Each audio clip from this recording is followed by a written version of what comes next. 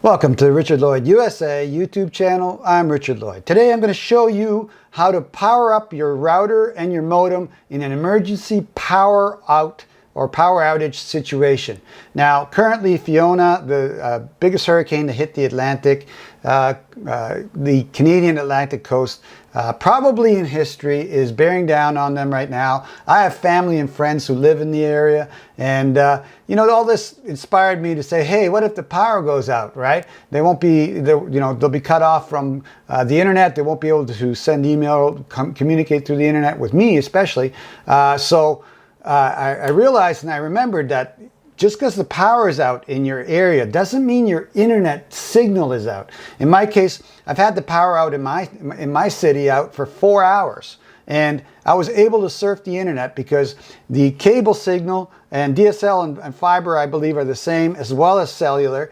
They're all powered independently of your local grid. They're powered by generators, batteries, and backup power. And they also use the local grid. But if the local grid goes down, these services are so important that they need to keep running to, for emergency things like, calling an ambulance or, a fire truck or something like that, or the police.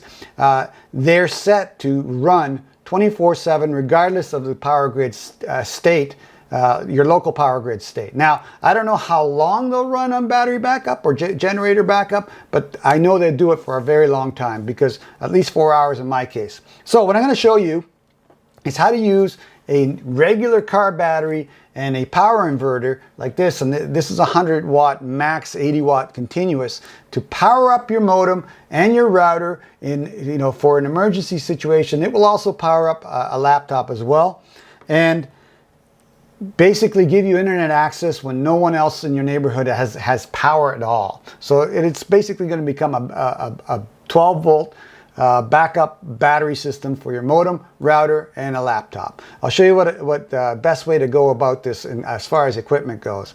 I don't think you can even buy a 100 watt inverter anymore, or 80 watt, which is what this is. Here's a 150 watt one at Amazon, and I'll put links for this stuff in the video description below. And it's $16.68. Now, you'll see a few problems. Number one, it doesn't have any jumper or alligator clips for connecting to the posts on a battery. So in order to make that happen, you're going to have to get a special adapter, which is this 12 volt battery terminal clip-on car cigarette lighter female adapter. So that's $7.99, and then you need a $16 inverter at 150 watts. So we're already into about 24 bucks. And you're going to need a power strip of some kind, because it only has a single, and this one is the same, a single output for electricity. So you're going to have to put a power surge protector strip or a power strip on here so that you can connect at least 2 or 3 devices. In my case, modem, router, and laptop. So and it can be done, but by the time you're done doing that, you're up to over a $30 price. And if you go over here to this one, which is 300 watts, twice the capability, twice the power, it comes with the alligator clips and the cigarette lighter adapter already. So this is the way you should do it here. I have an example here. This is a 400 watt, and you can see the alligator clips on there. But you take these wires off and you can put the cigarette lighter on this as well. Another thing that you need to know is that if you're powering this off a cigarette lighter, the cigarette lighter in your car can only provide a maximum of 180 watts. So, buying a 400 watt inverter and plug it into your cigarette lighter, understand you're only ever going to get 180 watts out of it, and that's by design on the car. So this is what I suggest going with, something like this that I'm showing. Again, affiliate links in the video description below. Click those if you're going to buy them. You help me out, and I get a little portion of the sale, and it doesn't cost you any more than just going directly to Amazon or eBay, right? So so let's go take a look at the gear that I'm going to be powering up, and you need to look at your gear as well, so that you can figure out how much power you're going to need and if this is going to work for you. Okay, so let me open up what I got. So here's a picture of my router and its power requirements: 12 volts DC, 1.5 amps. Go over here to my router, and you can see that it is 12 volts DC again at 3.3 amps. That's what that means. And over here under my power adapter for my laptop, 19.5 volts at 2.31 amps at 45 watts. So I'll show you what all this means in a second, okay? So let's go over here to my notepad so that we can see how all this stacks up. Here are your power requirements. Got a router. For me, it's 12 volt times 12 volts at 3.3 amps. If you multiply the 12 by 3.3 amps, you get 39 watts. Do the same for the 12 and 5 amps on the modem, 18 watts. Do the same on the laptop, 45 watts. Maximum power draw, 7.11 amps at 102 amps. Yeah, 102, and this does a peak 100. But the chances of all this equipment maxing out at the same time are next to none. Okay, I've run this on this actual inverter for 4 hours without any problem at all. So, I think the maximum I drew was 64 watts. So, unless you're taxing out all your equipment 100%, you're not going to draw this much. So, reason you need to know this stuff is so that you understand how much, of an inverter you need. Typical 12 volt car battery has 70 amp hours of energy. So it can supply 1 amp continuously for 70 hours. Pretty cool. That's a lot of energy. This means it can supply this means that, or it could be 70 amps for 1 hour. We have 7.11 amp hour draw, as we see up here. And so we can get approximately 10 hours of running time, okay? Which is a very long time. And like I said, you don't need to have it on all the time. If you need to communicate, do whatever, spend a bit of time doing it, shut it down, right? And stretch it out. And if you can recharge the battery someplace where it's well ventilated again, because as I said, batteries do discharge gas. You need a well ventilated area for the battery. And charging and discharging does the same thing. So you need, again, to be very careful with these batteries, okay? And I'll go into the caveats for all this in a minute. So, we've got 10 hours of running time, a full charge on a 12 volt car battery while it's being charged. Let's say you're charging it up in your car outside somewhere. When it reaches 14.4 volts, it's fully charged. You don't need to charge it past that point. Resting, not being charged. So you've charged it fully to 14.4. You take it out of the car. You put your meter on it. Without it being charged, a full maximum voltage and charge, it'll be 12.6 volts. Now, fully discharged is 10.5. I would recommend not even going to, maybe going to about 11. Beyond 10.5, discharging the battery will damage it due to something called excessive sulfation. Basically, you're going to destroy the cells or the plates inside the cells on the battery by doing that, because you've changed the chemistry of the battery to the point where it's become, internally damaging or corrosive. Okay, so never go below 10.5. I would say never go below 11.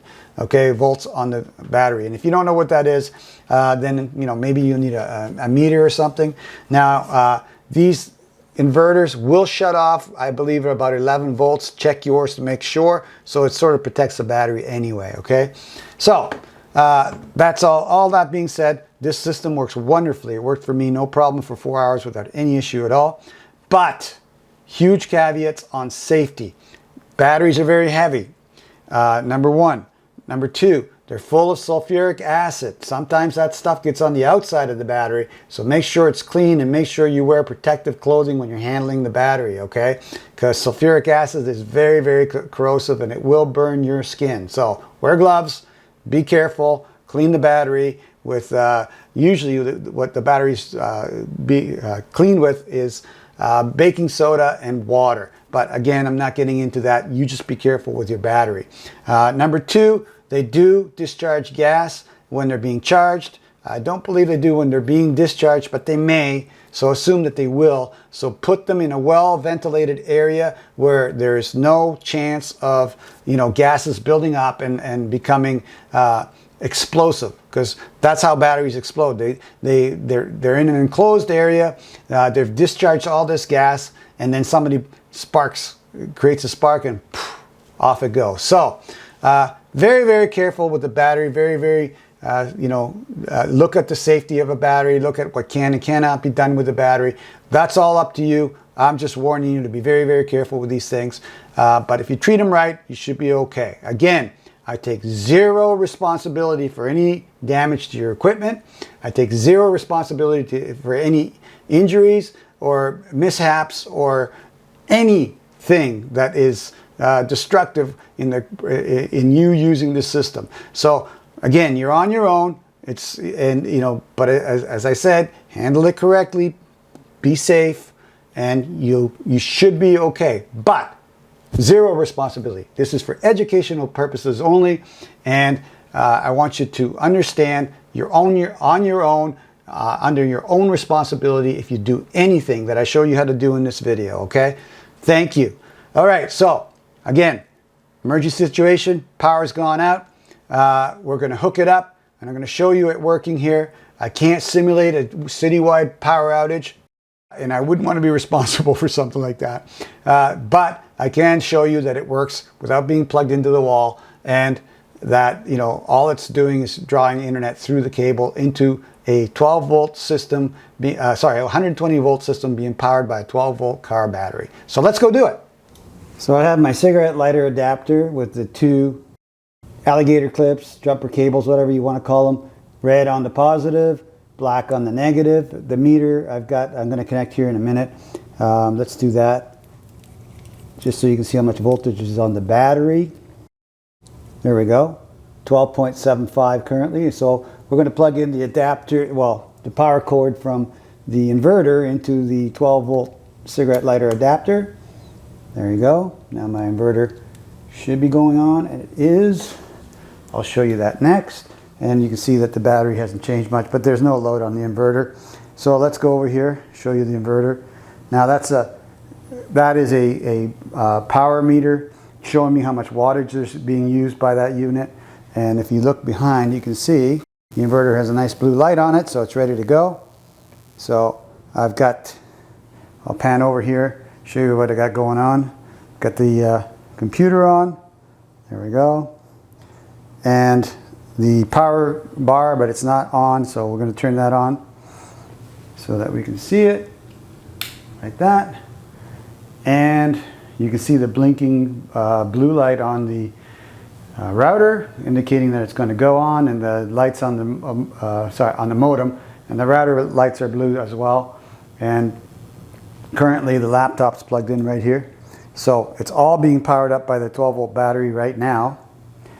And we'll see how this is. See if I can get a shot of the meter here and get a number on it. Maybe, maybe not. There we go. 58 watts currently. So, 60 now. So it's booting up using some juice, some energy. But handling it just fine. You can see there that there's an orange light on the router, so it's waiting for the internet. Until there's two blue lights on this modem, there will be no internet, so I'll wait for that. And then we'll go over here to the laptop. Let's take a look at this. 60 watts currently. Hopefully you guys can see that. If not, it's 62.8 right now. But the nice thing about this little meter is that it records the high and the lows. So I'll show you what the high and the lows were. It's currently running, no problem. And 62.5 watts, which is well below the 100 watts that the inverter can supply, doing exactly what it should be doing. And it says, oh, it looks like I'm not connected, but again, still waiting for that blue light solid on the bottom. It looks like it's going to get there. It's blinking right now. When it's solid, we know we're on. There we go. I think it's on. Yep, not faking me out anymore. Let's take a look and connect on the internet. Well, on Wi-Fi. Yes, of course, I'm not connected right now. So I'm connecting to this router through Wi-Fi. 62.5, 63 watts currently. So as I was saying, even though they all add up to 102 watts, they'd have to be completely maxed out, doing everything they could possibly do to get that 100 watts to happen. So at 80 watts regular and 100 watts peak, this inverter will do just fine. But again, you saw the connections that you need to do to make it happen. The 400 watt adapter sorry, the inverter with 400 watt, it's just plug and play. I mean, it's got 2 jumper cables you screwed right into it. You plug it onto the battery, and you got 400 continuous watts. So that's a better choice, unless you already have this equipment. So I was just trying to show you what the minimum standard would be. Now it says no internet secured, but let's find out. Let's do a refresh on this. Yeah, I'm on the internet, so Windows is lying to me. Here's Fiona, which is, what inspired me to make this video, because I thought, gee, they might have power outages, but you don't know. They don't know that even though the power's out, the internet may still be running, may still be giving them a feed through cable or through DSL or fiber, right? Those systems are powered separately. So there we go. I'm not going to hit play because that stuff's copyrighted. But as you can see, we're live on the internet. Let's do Fiona again. Trying to be very careful there, Fiona. Enter. And still just 62 watts being drawn out of that battery. 12.33 volts on the battery currently, right? So yeah, I feel sorry for the people in Atlantic Canada, but I know they're strong, and I know they've been through tough times before and tough weather all the time. I mean, Atlantic Canadian weather in the winter is severe, to say the least. I used to live there, so I know, and I still have family there, and friends who I care about and love, and hope that they stay safe and warm and happy. Well, they'll be warm, but they may not have power, and hopefully they watch this video, or somebody does, and they can have internet access just using a 12-volt battery like I show here. Okay, so yeah, that's it. As you can see, everything's cool. All the modem and the router are working just as they should. Let me show you what happens when I turn it off. Turns everything off. So you know it's being powered by this gear right here. There we go. And now I am showing 12.56 on the battery, or 5.7. So it's recovering because I'm not using any power right now. And though I can't see it on the screen for some reason, it's 0 watts on the meter. Let's turn it back on again over here. And you can see everything powering up again. So there you go. An 80 watt, 100 watt max, a 12 volt inverter hooked up to a car battery, running my internet, no problem, right?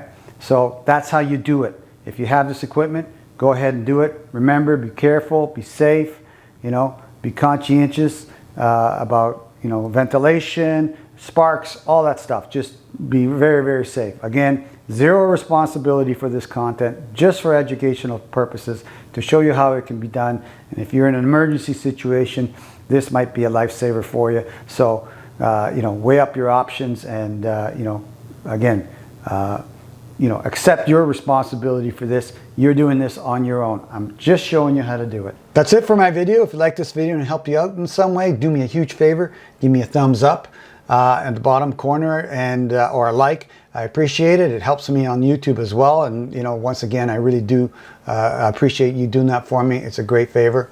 Also, in the comments section below, put your comments, questions, suggestions, anything. Video suggestions are awesome too. In the comments section below, I do look at the comment section on a regular basis, and I do respond, and I sometimes make videos from the suggestions as well if if there's something I think it's of value to share, so or an answer that needs to be answered. So I greatly appreciate those.